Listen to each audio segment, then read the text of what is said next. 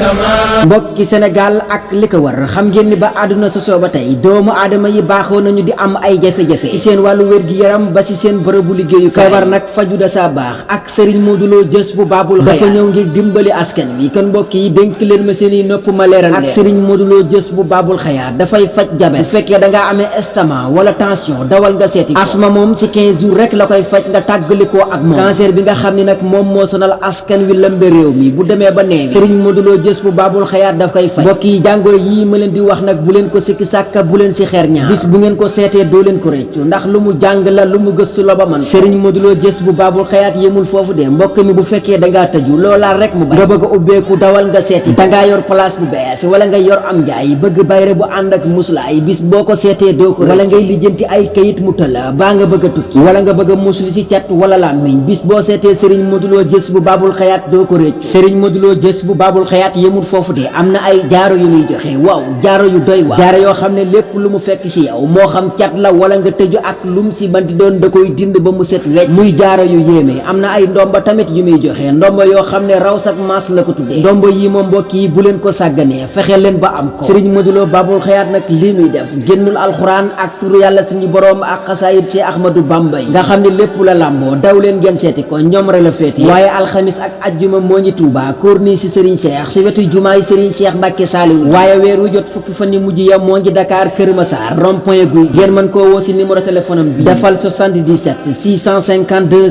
04 70 wala nga def 76 693 52 18 ak Serigne Modou Lo Jës bu Baabul Xayaat daw leen jël seeti ko dimbali askan wi rek moo ko fi bàyyi